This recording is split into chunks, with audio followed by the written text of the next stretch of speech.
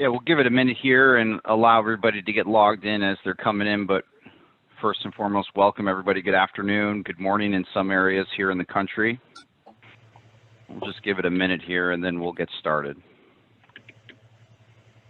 So let me jump on. I want to first thank everybody on the panel for joining us today. Of course, I want to thank the Paylocity team for continuing to drive the dialogue. Rushia logging in from the West Coast, Sydney from down south, and Etan and myself here on the East Coast. We're trying to bring you guys a swath of the United States and different conversations. So we appreciate everybody being here today. Thanks for having us. No, thank you. So, Ryan, I know we're going to wait for some folks to come in. Like I said, I've been receiving calls of folks saying that they're trying to get in. Let's go ahead and get started just so that, folks are going to come in and out and ebb and flow, and sure. We'll work on it that way.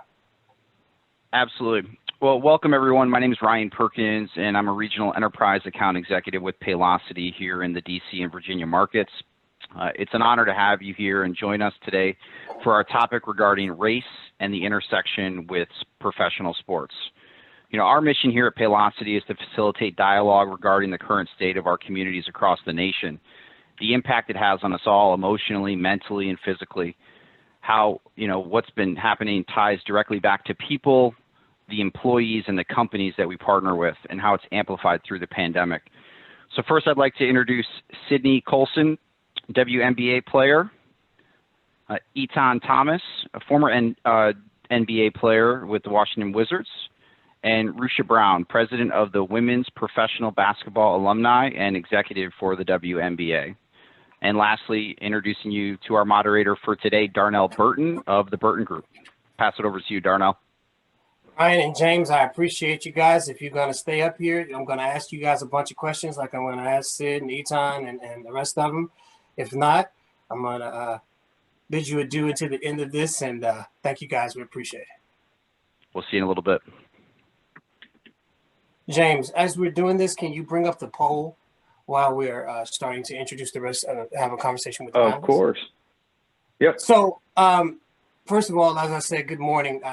The conversation of race is really important. You guys are going to see three poll questions that have popped up. Take a few quick seconds, answer those poll questions, and then at the end, we'll share those the results from those poll questions. I'll give you 2 seconds to do that now. What I like to do here in the beginning is start off with our panelists and offer them an opportunity to talk about themselves for 2 to 3 minutes here before we jump into some of the conversations. Etan, since it's just you and me today, and I'm acting as the moderator, I'm going to let the fellas go first this time and allow you to introduce yourself, kind of who you are, for the folks that don't know you, whether that be in the DMV or across the country. Go ahead, Etan. Sure. Thanks. Well, thanks for having me on. My name is Etan Thomas. I live in the DMV, PG County. Went to Syracuse University, played with the Washington Wizards most of my time in the league, played 11 years. Now I am a retired athlete. I'm an author, a poet, activist, radio host, so I keep myself busy. But I'm looking forward to this conversation because I'm looking at even the poll questions. So this is a very poignant conversation for us to have, and a very timely conversation. So thank you for putting this together. No, thank you for being here. Sydney, your turn. Hi, my name is Sydney Colson. I am from Houston, born and raised. I went to Texas A&M University. I graduated in 2011, won a championship my last year, so that was huge. That is what propelled me to even, get a shot in the WNBA. So since then, I've played in the league. I just finished my 7th season with the Chicago Sky. So I'm incredibly happy to be taking part in this conversation. I was a part of the Social Justice Council this season, and we were able to do some pretty remarkable things and bring light to some very important issues. So this conversation is one that's important to me. So thank you for having me. Rush, thank you for inviting me. Always. And last but not least, let me just, guys, position this for you. So when this topic came about, I was really struggling if I was going to put NBA and NFL together and trying to, figure out how to do this. And I made a call to a friend and fraternity brother, and he says, I got the perfect person for you. I need you to call this Rushia Brown.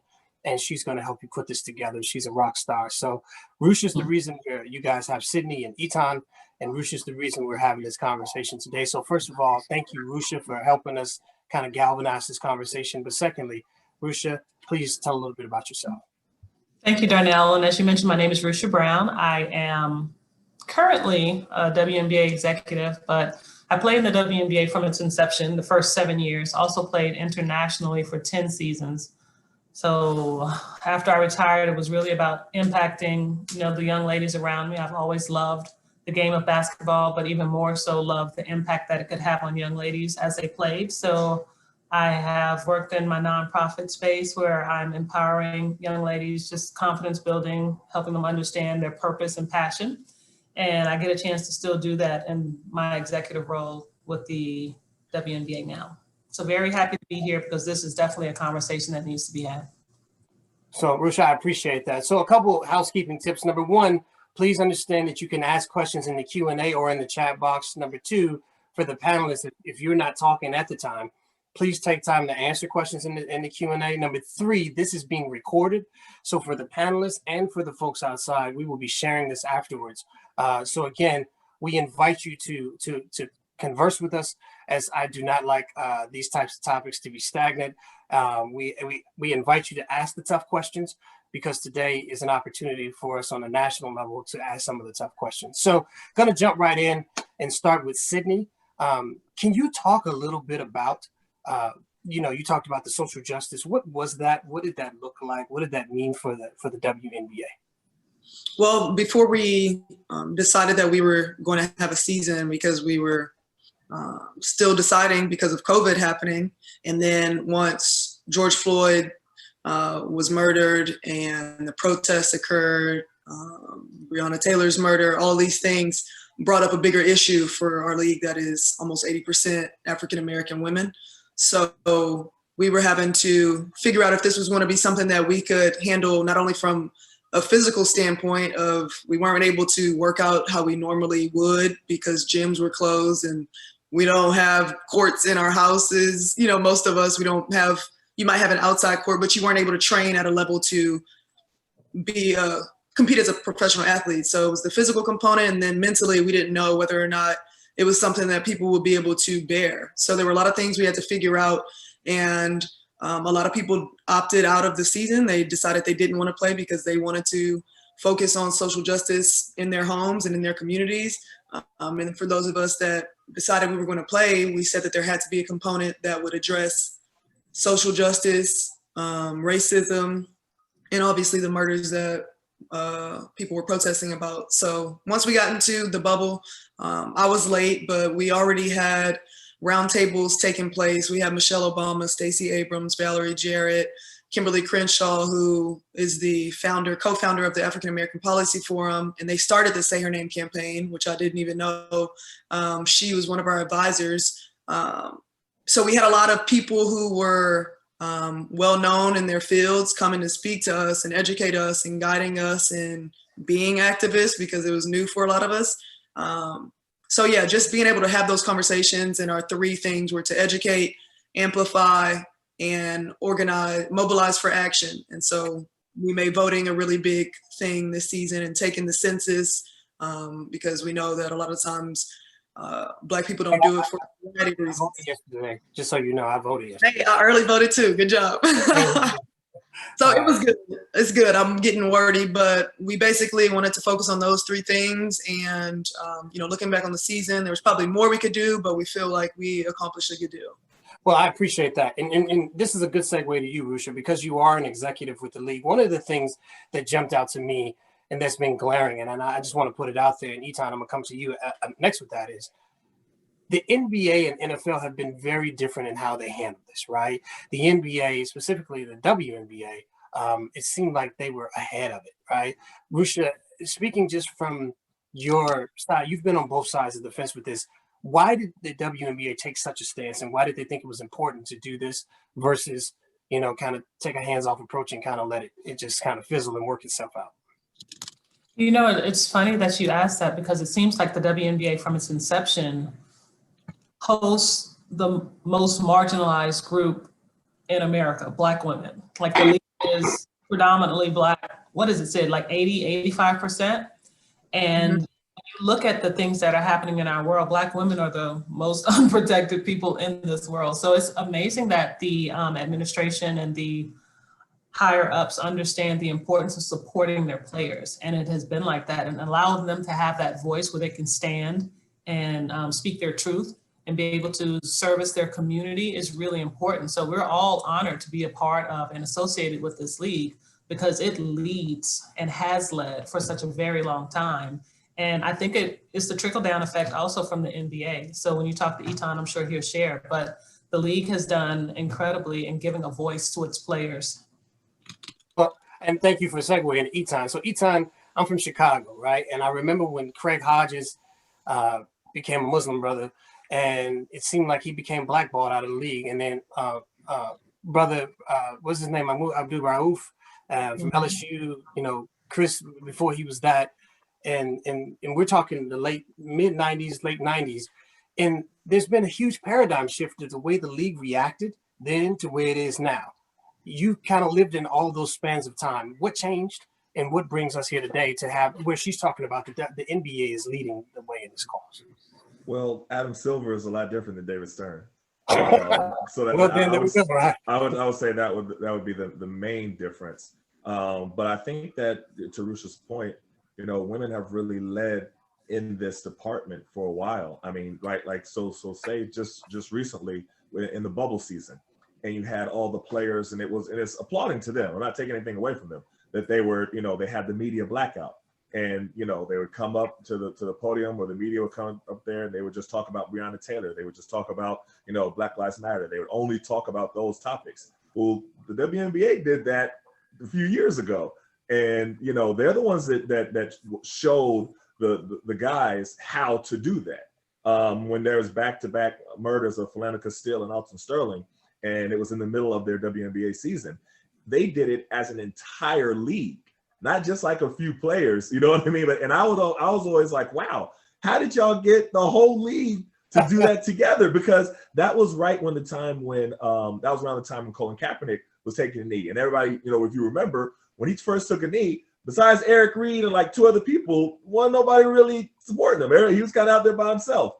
But the WNBA, they did it as a whole. I mean, you got Black players, white players, foreign players that ain't even from here, don't even, you know what I mean? They ain't even from here, but they all did it together. They standing there with the Black Lives Matter shirts on. The president said, okay, don't do that again, or we're gonna fine you. And then that just like set it off, and the whole league did it together even more. And then they said, you know, the veteran players said, listen, the younger players, that they fine you, I'll pay your fine, all that different stuff.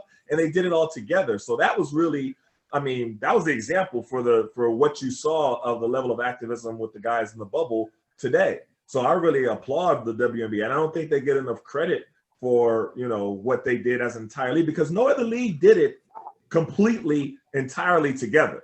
You know, they're the only ones that did that. Some, you know, you have some people here, some people there in different leagues doing something, some taking a knee, some taking a stance, but it was the entire WNBA. So that I just think that, I still think that's just amazing. Well, let's applaud that. And I'm going to come back to Rushia in 1 second. But Etan, you've been, you know, pretty outspoken about this for a long time. What do you think allowed you to have the level of confidence? Like you talked about the David Stern versus Adam. What do you think allowed you to have the level of confidence that says, you know what, I'm going to stand in my truth. I'm going to have this conversation regardless of what it means to me, having seen what happened to the Craig Hodges and the Raus of the world. Like what made you say, I've got to stand in my truth and start to have this dialogue? I mean, well, honestly, that was always me from the time I was younger. I mean, when people that you know remember me from Tulsa, Oklahoma, they'll all say, okay, well, he's been doing that since high school, since middle school. That's just always been him. He just kept playing ball and doing it on different levels.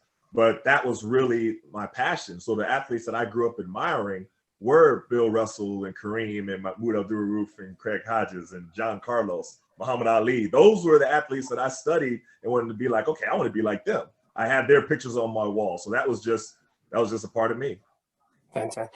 Sydney, and before I come back to you, Rushia, Sydney, you know, as a younger player in the league, do you find that you're at the crux of a good time where this is normalized? Do you think that you are able to do things that, you know, the Etan Thomases and the Rushia Browns were unable to do? And in saying that, What's the next piece of this?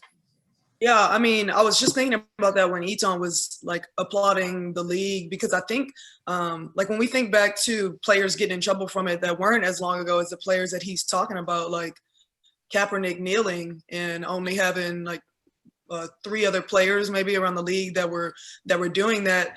I think now it's become a lot easier for people to do so, because what you all may not realize is that some players got in trouble for it in the WNBA, like when they protested things that happened in 2016. Now, yes, we've come away 4 years later for them to have totally been in support of what we were doing, but in a lot of leagues and in a lot of different arenas, it's a lot less risky to be saying Black Lives Matter and supporting Black people, because the punishment isn't really there anymore. So it's not as risky for entire football teams to be taking a knee. In fact, some of it is very performative in my eyes, because it's popular right now. It's like, if you're not doing it, then what are you doing? If you're not making a commercial, if you're not putting out a statement, if you weren't posting that black box, if you weren't making a statement, then people were like, now, wait a minute. So once you made it, then, okay, it looks like you're on board. But then we're now some months later, 6 months later or whatever, and what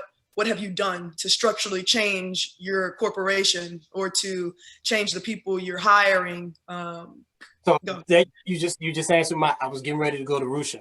Go ahead, yeah. The structural changes, right? So we have these big performative, great words, Sydney, performative conversations, the aha moments, the stand out, and everybody puts on a shirt. What structurally is changing that allows us to say that there's been real movement? Because you look at the NFL, and I apologize about changing over, but you look at the NFL, what's really changed, right? That you had the Colin Kaepernicks and you had the conversations, but what's really changed? I don't know, because some owners, you looked at the brother Troy Vincent crying. He was crying, saying, they're behind the doors telling me, hey guys, we don't really care about this. We're really worried about our bottom line, right? And so, Rushia, when you think about from an executive level, what structurally is changing, or what structurally can we hope to change that really influences this conversation?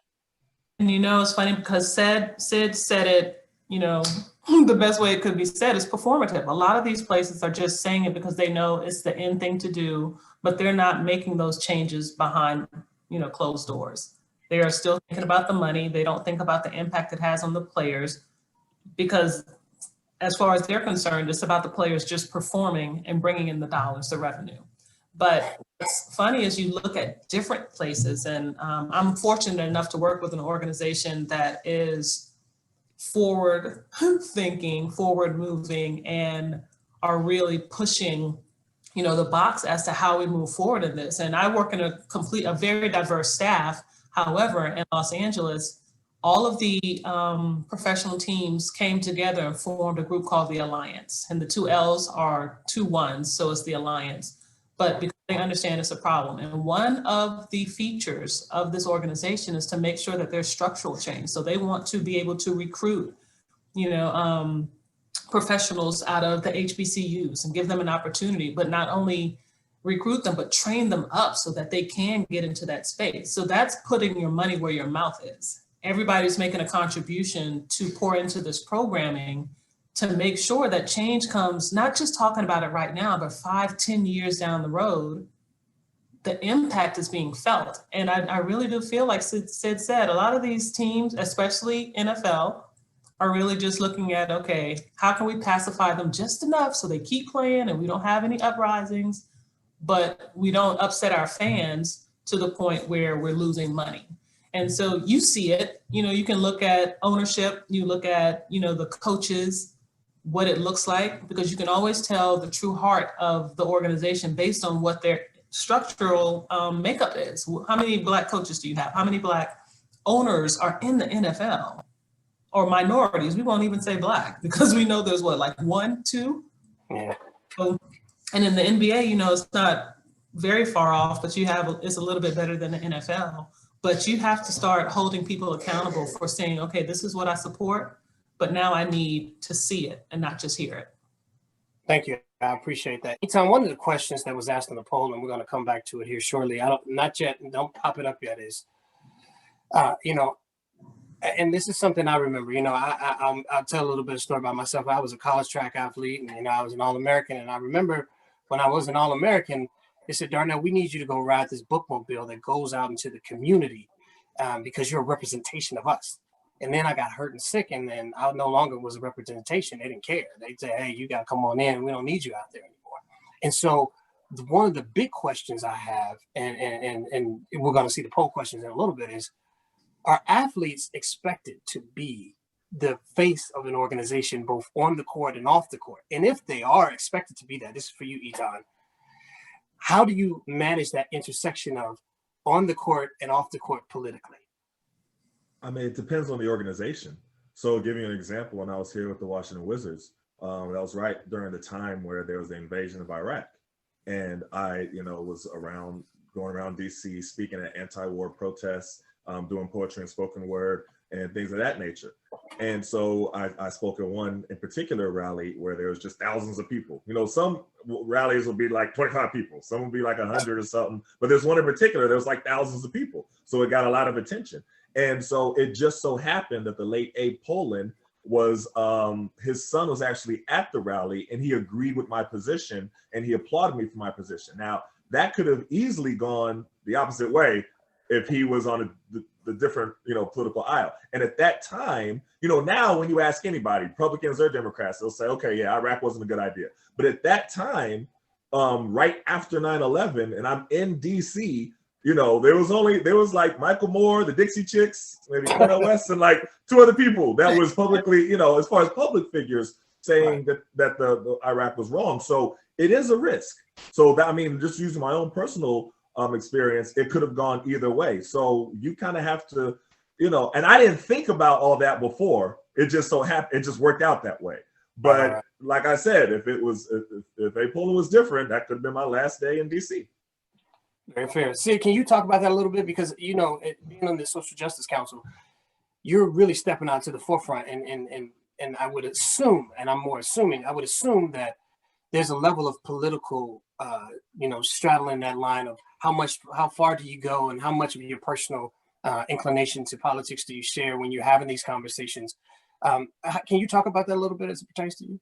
Yeah, so was that was a question about Charles Barkley? Yeah, well, it was kind of the Charles Barkley, and yeah, it was a mixture of that. Yeah. Yeah, because for the question, I answered no. Even though I feel like it's my responsibility to do so, I don't know that I feel like it should be everybody's. Like, everybody maybe doesn't even have like the knowledge or confidence to feel like they can speak up and do those things. Like maybe they haven't felt like maybe they didn't feel like they lived a life to be a role model to somebody else. So I don't know that I think as soon as somebody is propelled into spotlight or they play a sport or for whatever reason they become famous, that they necessarily have this responsibility. Now, I think that it's irresponsible to not like take into consideration that young people are watching you and people are watching you. But for me personally, I just have always been the type to speak my mind,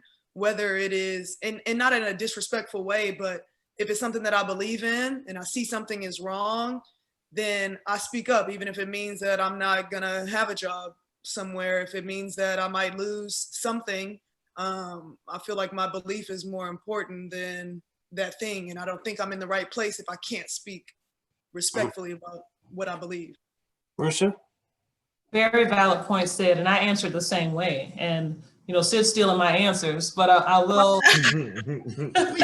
I will expound upon it in just the simple fact that, like when you come into a situation, you don't know people's backgrounds. So if you were to just automatically put them on that platform, who's to say like all this other stuff doesn't come creeping up? So it has to be something that they feel. And I, like Sydney, from the time I was a child, like I was the person helping my friends when they needed something. I was the person, like I've always been that person. So it wasn't a hard leap for me when I got into the league, because then at that time, now I'm the one showing up at all the appearances nobody wants to go to, because I wanted to impact change on and off the court. So I think it really just depends on the personality and the mindset of the player and the support of the organization. And I could not agree with Sid more regarding my inability to speak up. If I can't speak up for what I believe is right, then this is not the place for me, because my passion and my commitment is not tied to any organization. You know, it's tied to Rushia and who I am. So I'm going to be me no matter where I go. And if you like it, cool. If not, you know, I'll holler. I appreciate that. Hey, I'm going to step in now. James, will you bring up the poll results? I think now is a good time for us to share the poll results and see and leverage some of those questions.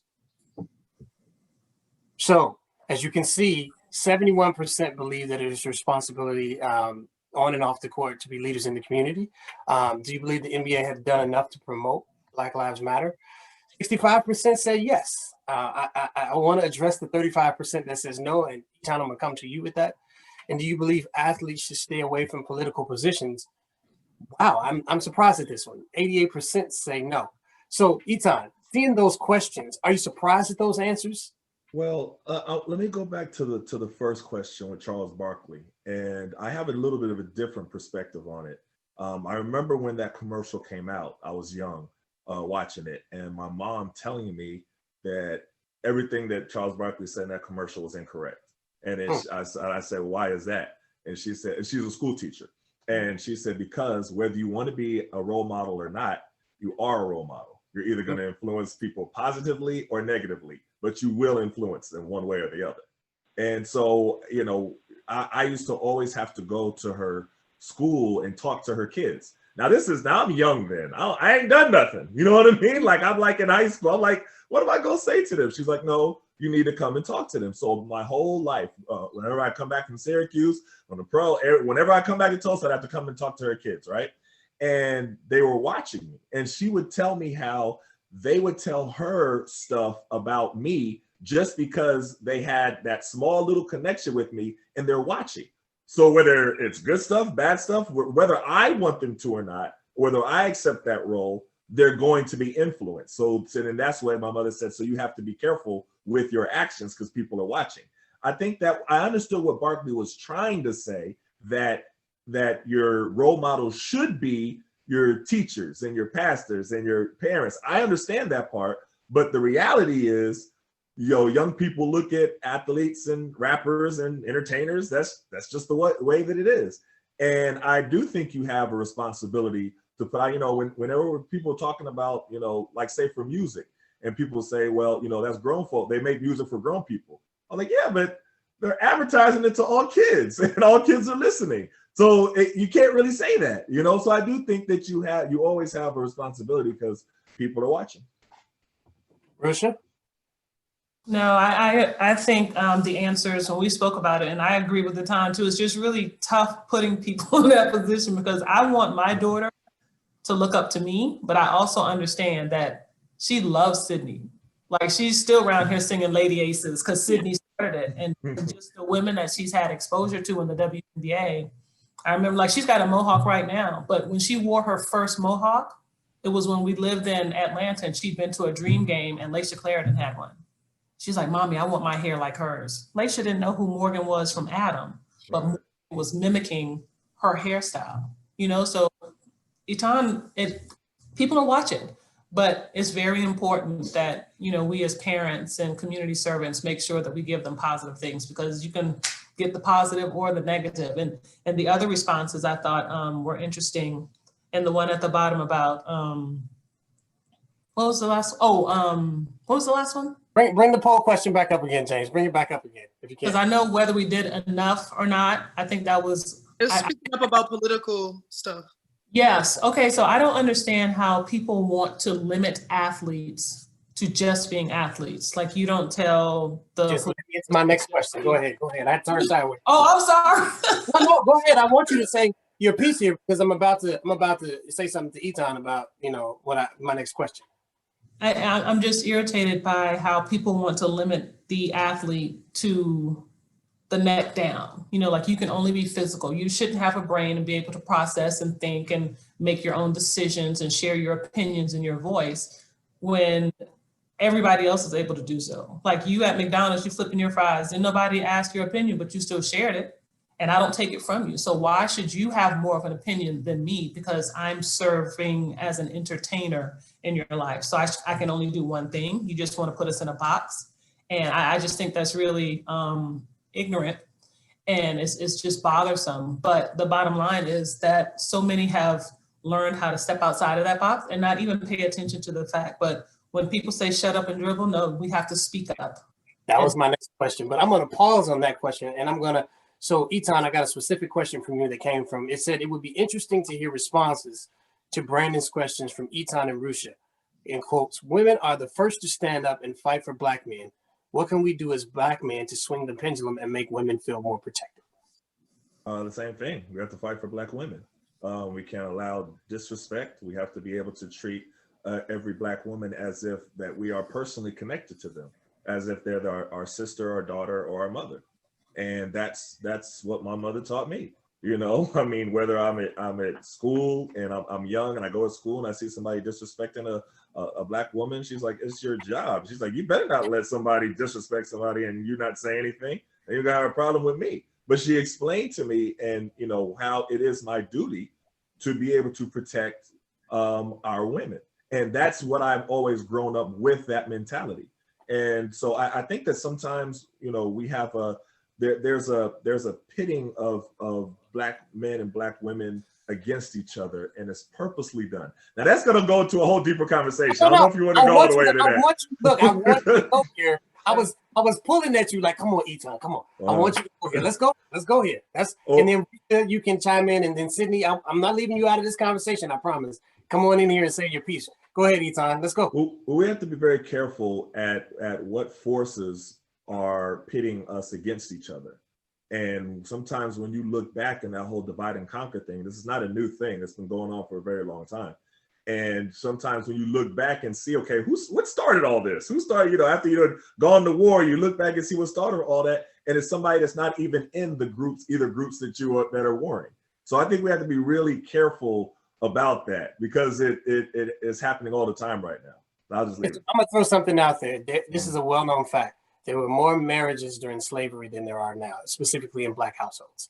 And oh wow, I didn't know that. There are more marriages in slavery than there are now in Black households. And in my last conversation, I talked about this, and then I'm gonna come to you, Rushia, and you said, growing up in Chicago, one of the things that was so glaring was in the Chicago housing projects, where you could not have a man in your house or you couldn't get assistance. Yeah. And so from the 60s, 70s, and early 80s, there was this huge divide of the family.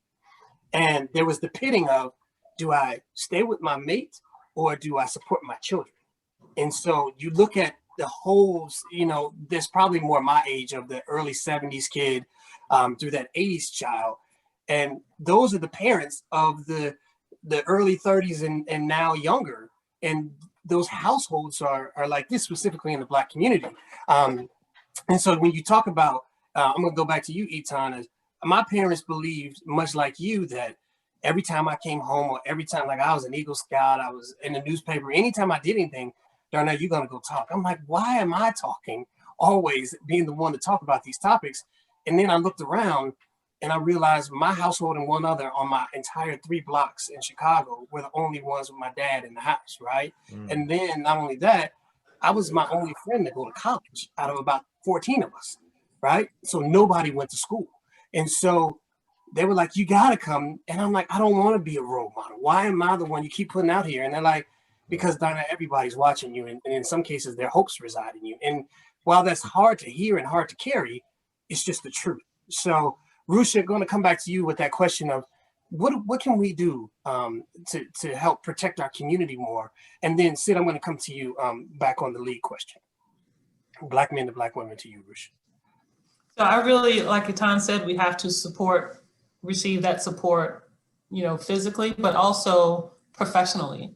You know, like he's spoken on what it looks like if somebody's being disrespectful in, you know, a public place. But if I'm in a workspace and my voice is being overshadowed by a man just because, like, somebody has to speak up. And this is Black men, but men, period. Like, a lot of times we're overlooked because of who we are. Like I said, we're the most marginalized community that exists, but we have to have allies. So serving as an ally can mean a number of different things. And it's not just speaking up for me in my presence, but also in my absence. And I think a lot of times, you know, like, everybody's not raised the same way. So where Etan's mom was like, listen, you better not let nobody hit your sister or say something to the young girl down the street. And that was the same thing in my house. The person that's hitting her might be another Black man, you know? So it's really about standing up and trying to make sure that we're all on the same page. And it's not an easy journey because we have been divided. Like Etan was saying, most times it's the person that's not even in the fight that's causing this dissension. But we have suffered for so long, and the mindset is so damaged and so tarnished that we have to figure out a way to get back on track. And it starts with us acknowledging one another, respecting one another, and supporting one another. Rushia, you bring up a good point. And Sydney, I want to throw this to you because I think you've been silent way too long, and I want to put you out front here as the still current player and the youngest on the panel. I think I'm the youngest. No, I'm joking. There's two pieces here, right? There's the marginalized Black community, and there's 80% of the league is Black. But then I want to talk about equity, right, of women in sports and things like that. So, Etan brings up a good point, and so does Brandon, that the women are always out there leading us forward and charging, on the battlefield first. Do you feel that that as a woman and then as a Black woman, you are being heard the same in these conversations about equity, as about race and about that other men are being heard? No, I don't think so. I think like right now is a time where it's being talked about, just like race is being talked about. But I don't know, just because somebody's like hearing you that they're really planning to make changes or do something different.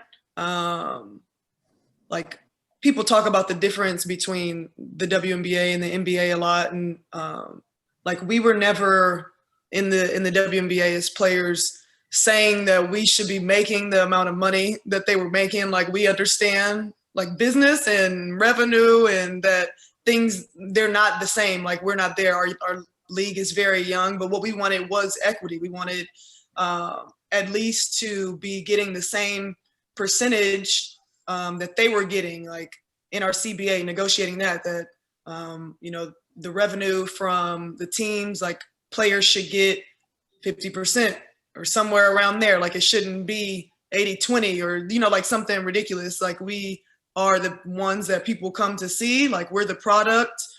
So we believe that our value should be reflected in our salary.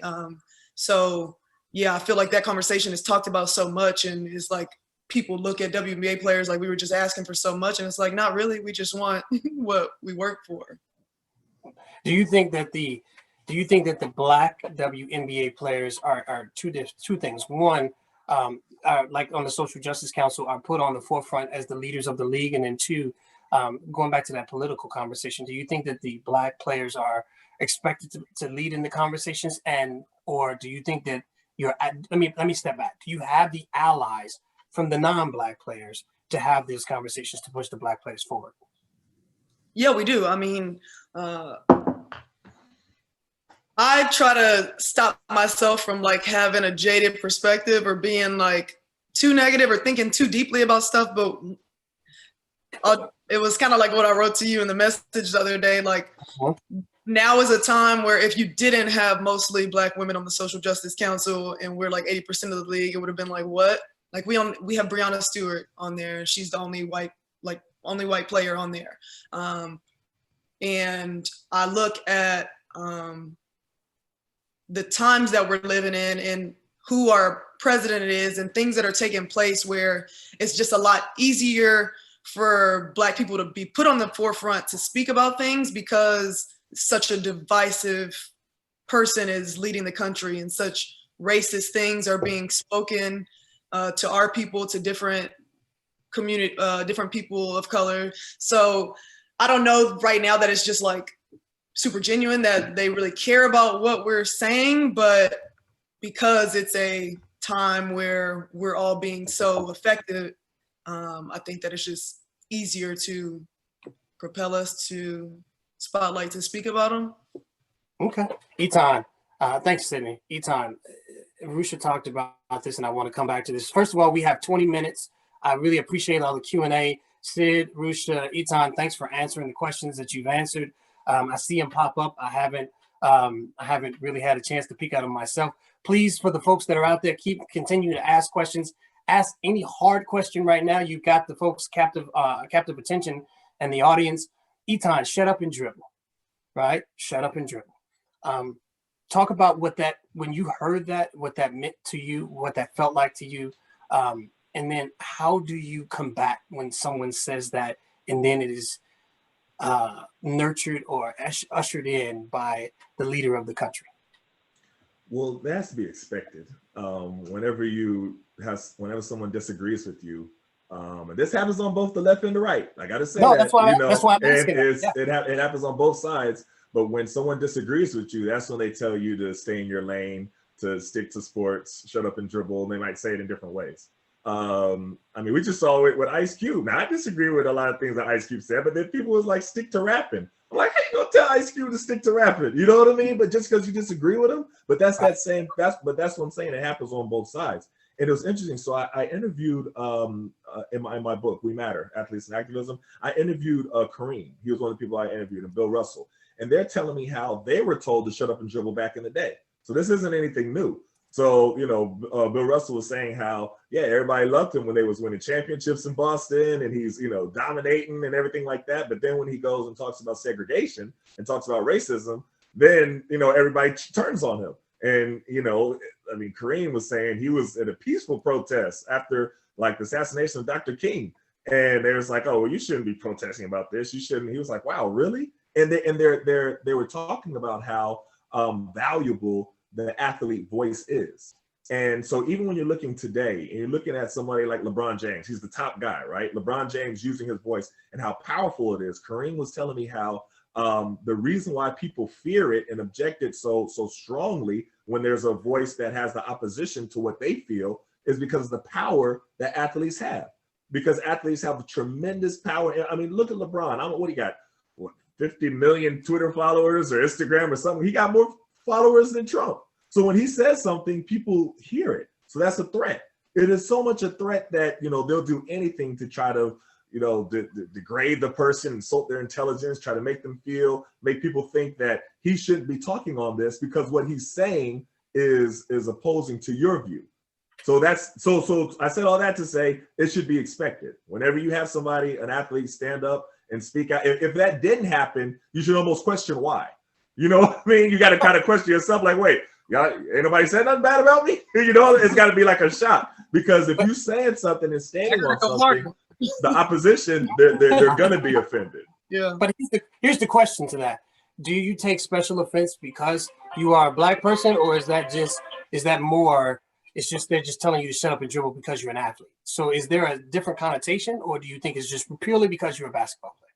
I think it's a lot of the times because of the power that you have. I mean, going back to myself as an example, when I was speaking out against the war in Iraq, I had so many reporters turn on me, so many different so when I was playing, I played with MJ. Okay, so MJ, this is before social media. We ain't had no social media back then.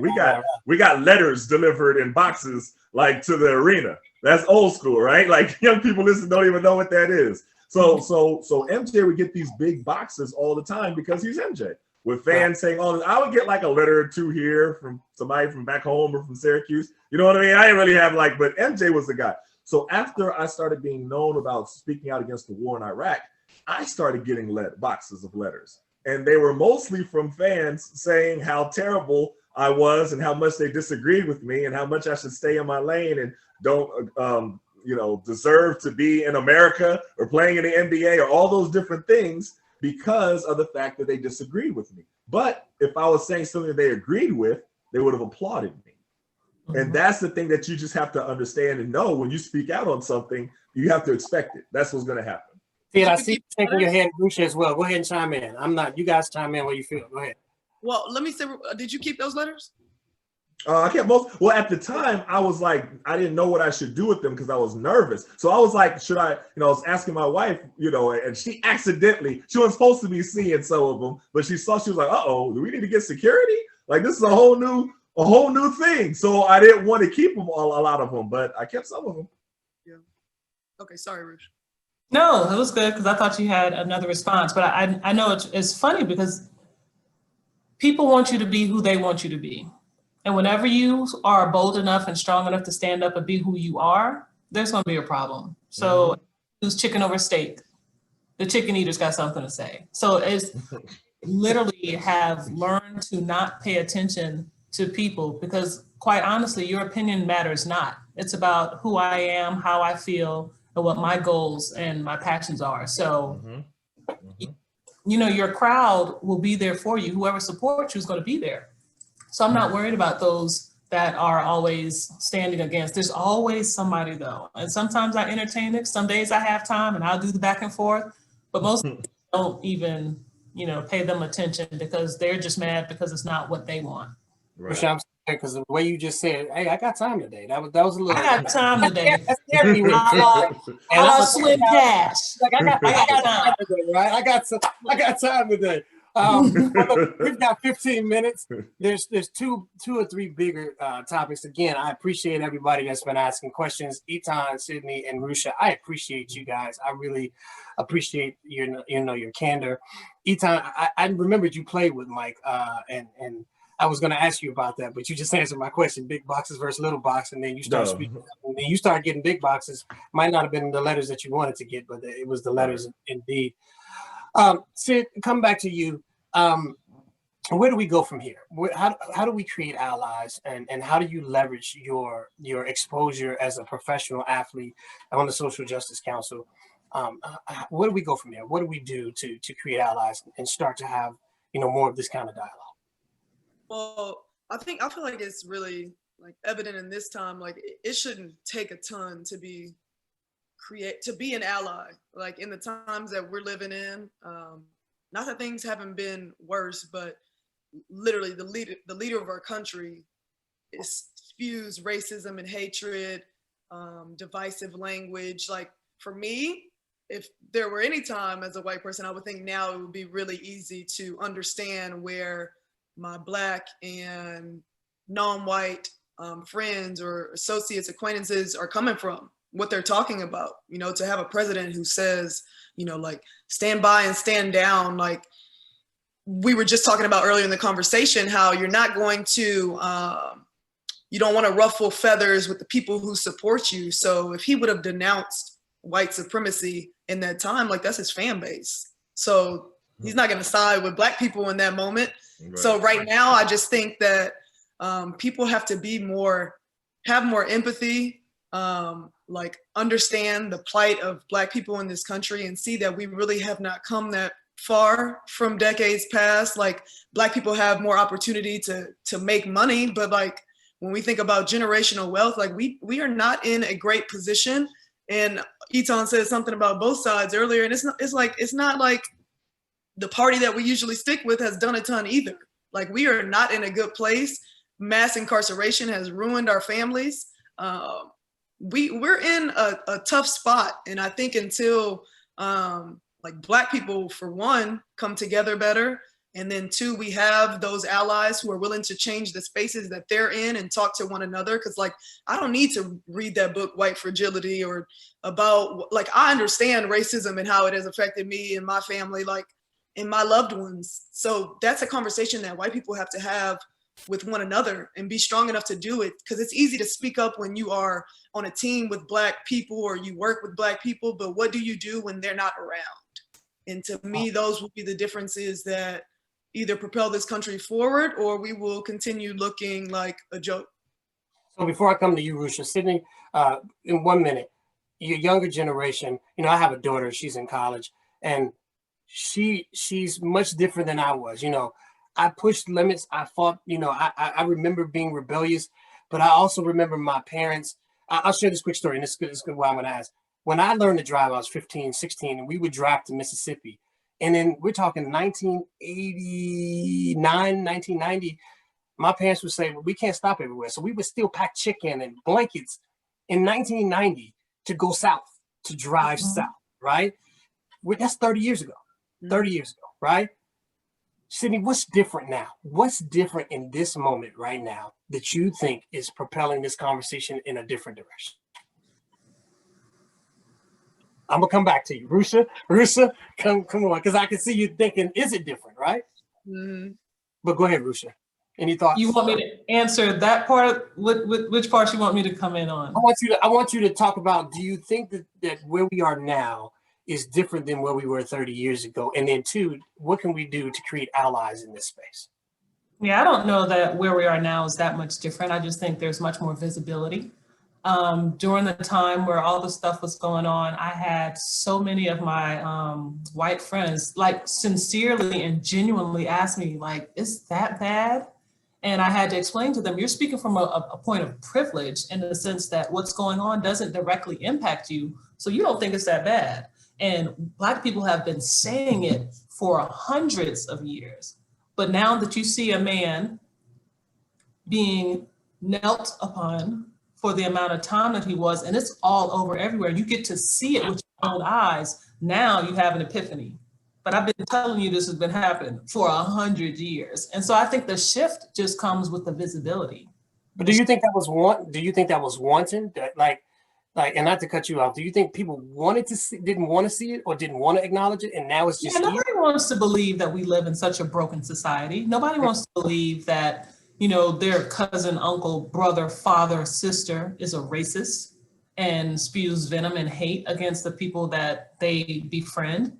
So nobody wants to believe that. So it's much easier to believe a lie, because that's what doesn't cause you to have to, you know, reverse how you look at things and impact change and hold people accountable for their actions and their lack of efforts. So I think a lot of times, like even during that time, like I was drained because one, I was mentally and emotionally, I just couldn't, but then my white friends wanted to be allies. So now I got to educate them and rehash all the stuff that's going on and why it's a big deal. Like, let me talk to you about redlining. Do you understand that, you know, like, and like all this stuff, and they're like, what? Like, what are you talking about? I literally had one of my college classmates tell me, that stuff's not going on anymore. And I'm like, yeah. Rushia, you have no idea. They don't. I'm going to pause you only because we have 8 minutes left. Etan, I want to ask you this question on allies. You've done a lot in this space. You've written books. You've spoken word. Like you said, you were up on, you know, standing in the national scene talking about this. How do we create allies, and how do we progress this conversation forward? I think first you have to create empathy, and it should be our job to create empathy. But in reality, one of the biggest responses that I've gotten from my book, you know, I interviewed all these different athletes, and before COVID, I was going all over, you know, different universities and speaking and doing things like that. So I remember I was at UPenn. The audience was mostly white males, and one of the person they asked a question, they said, "Listen, honestly, we don't know this world. This isn't our world." And it was an honest, you know, response from them. We don't know this world. And they said, you know, when we get stopped by the police, I'm kind of just thinking, okay, how do I get out of the ticket? And all the Black people in the audience started laughing, right? The white people weren't laughing. All the Black people started laughing. And they were looking at the Black people like, why are y'all laughing? And they were like, because y'all don't understand how completely different your world is. When we get stopped by the police, the last thing we're thinking about is the ticket. We're thinking about, right, yeah, give it to me, no, that's all good. Right, we're thinking about how we're gonna get home safe. Or if we have our kids in the car, that we have a responsibility to make sure that they get home safe. Or how we have to de-escalate a situation that we didn't escalate in the first place. And the only reason why it's escalated is because of the color of our skin. We could have a taillight out. That could be the reason why we're stopped. We could have, you know, any little infraction, and that's immediately what goes through our mind. And it doesn't help that you're 6'10", and if they ask you to get out the car, it's going to be a different conversation. Right, but you see time and time again that the police are able to de-escalate situations with 6'10" white people with shovels and sticks and, you know, knives and everything like that advancing towards them, and they can respond non-violently. They can exhibit patience. They can exhibit all those different things. But with us, you see we have to be absolutely still, no sudden movements, don't even step forward, sometimes don't even look them in the eye like it's back in slavery time. Like all of those things are real things that we exist. And I think that one of the things that I've seen is that a lot of white people didn't think that athletes had that same guidelines that they had to go through. And so they were responding like, wait a minute, Dwayne Wade has to do this? They're looking through my book. Wait a minute, Carmelo Anthony's worried about this? I'm like, y'all think that we're not black no more just because we play ball? Like, we get stopped by the police. It doesn't matter how many degrees we have, how much money is in our bank account, what political party we're in. It doesn't matter who we're supporting. None of that matters. All that matters is our face. And that's the part that for white America, when you talk about creating allies, they have to understand that even though a situation is not their world, they still should be able to say that it's wrong, that that's anybody's reality. Etan, I appreciate that. We are at the end. I just want to say thank you. You just said something that just knocked me off my feet. One of the senators from South Carolina said, well, black people would be fine if they would just be, you know what I'm saying, Rushia? If they would just be of the, what was it? Not the Republican Party. If they would be what? He said, black people can go anywhere they want if they're not like on the Democratic side. He said that flat out. And so that just. But people don't see, you don't have a D or an R on your forehead. Right. And that's the thing that they see first. And like Etan was saying, it doesn't matter, even in Charleston. And I won't go over, but I was triggered too by George Floyd because I found myself pulled over by a cop, sitting on the curb, him all in the car. And I'm like, you can't do that. Towed my car, just a terrible situation. And I had done nothing. So if they have empathy with that, then we have a problem. And that's where I want to go. So we're here at the end. I appreciate that. I'm walking away with empathy, but I want to give each of you 1 minute, and then I want to pull Ryan back to this call. Again, thanks everybody who's asked questions. Thank you guys. I hope you panelists have found this interesting, the dialogue good. I really appreciate you, Sydney. You got a minute. Tell us what you want us to walk away with from you. I think just understanding that this country isn't where we need it to be. Like, we would be a much more successful and thriving country if everyone actually had the ability to be treated equally. Like, we worry about our economy and all these other things. Well, if everyone had the same access to business loans and all of these other things, like, we could be really a thriving and special country. But I think for me, being in my position as a professional athlete, I want to continue to make sure that I'm speaking up and speaking out when things are wrong. I encourage people to do that in their daily lives, because until we're at a point where people can respect people without knowing them and not judge them because of the color of their skin, then things can and will be a lot better. Etan, Rushia, I want to leave this to end to you because you brought all this together. Etan, any parting things you want to leave with the people out there? I think it's important for people to continue to use their voices and to continue to speak out. There's another thing. I think that there is great value in dialogue and debate, not personally attacking someone that doesn't agree with you, but an exchange of ideas, an exchange of thoughts, because a lot of times you learn from a different perspective when you're debating someone, because you're like, oh, I never thought of it that way. That's a good point. You know what I mean? I just want to encourage people to be able to have discussions with people that they disagree with. But we've kind of lost. It's so crazy, watching just the presidential debates. My daughter is supposed to watch it for a class, and she's watching it. This is the first one. And she was like, is this the way debates are supposed to be? I'm like, no, this is not the way things are supposed to be. Oh my gosh. But we have to learn how to be able to, as President Obama used to say, disagree without being disagreeable.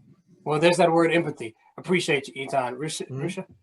And, I just really look at this time as a moment for change, because when you looked at the marches and the protests, it wasn't just us. Like before, it used to be a sprinkle of white people and non-African Americans involved. But this time I looked at a couple of them and I was like, where are the black people? Now that there's more of an embracing of what's actually going on, and there is some empathy, and we still need to spread it so everybody understands it. But we have to capitalize on this moment, and we cannot get to the point where we're complacent. We can't just get to the place where we're saying, oh, that was really good, because we'll go backwards. And especially with the person that's in the White House right now, if this continues, we're all in a very, very bad place, because it's important that we are learning that we have to stand in the gap for one another. And it's not just about Rushia, it's not just about Sydney, it's about Ryan, it's about James. Like, we all have to stand in this together, because, you know, if any of us struggles, then all of us have the potential to struggle. So we have to stand up and make sure we speak out. So I'm going to say my last piece. First of all, Rushia, thank you for bringing some fantastic panelists. You guys were amazing. Second, I applaud you guys for standing in your truth and in faith and speaking out, even if you feel like there's something may come upon you. Etan, that story you told about when you were young and doing this was powerful. Sydney, keep being the rock star that you are. You're the catalyst for the next phase of what's going to happen. You know, Darnell presents a platform, but it doesn't mean anything because the folks out there are listening to you. Lastly, we appreciate you guys being professional athletes and doing what you do and being great at what you did. Going to turn it over to the Paylocity team with Ryan Perkins. Thank you, Darnell. Thank you. Ryan, we can't hear you. You talking? Can't hear you, Ryan. Mm-hmm. Well, I'll say this for the Paylocity team. On behalf of Paylocity and the Burtin Group, we really appreciate everybody that's joined us today. This has been recorded. What I found is that oftentimes, if folks miss it, I got 15 text messages as we were sitting here like, are you recording? Are you recording? I wanted to hear Etan, Sydney, or Rushia. Rushia, you got a lot of followers. People remember you from a few days ago. I didn't want to say back in the day. So yeah, back in the day. You gonna stop calling us old on the slide all the time. You know what I'm saying? I'm grown too. I just, I can't say it. I don't want to say it. Ryan, did you get your headphones to work? Ryan, did you get your headphones? I think we got it. How about now? Go ahead, all right. Ryan. All right. Well, I just want to thank everybody, the panelists, their contribution in the discussion, and to the participants taking an hour out of their time and joining us during lunch. You know, here at Paylocity, you know, we believe we're more than a payroll company. You know, we're a people company, and our culture means everything to us and to the success of our partnerships with our customers. So if your business is looking to transform your HRIS, your work from anywhere technology, do business that actually work off of and partner with diversity inclusion experts and run allyship partnerships, that's something that we do and it's in our culture, and I actually participated in one last week. Consider Paylocity. We're here to help you succeed, and that's why our motto is forward together. So again, thank you everybody, and have a great rest of the week. Hey, thank you guys. Awesome. Thank you. Great. Thank you. Bye-bye. Have a good one. Thank you guys. Have a great day. Bless.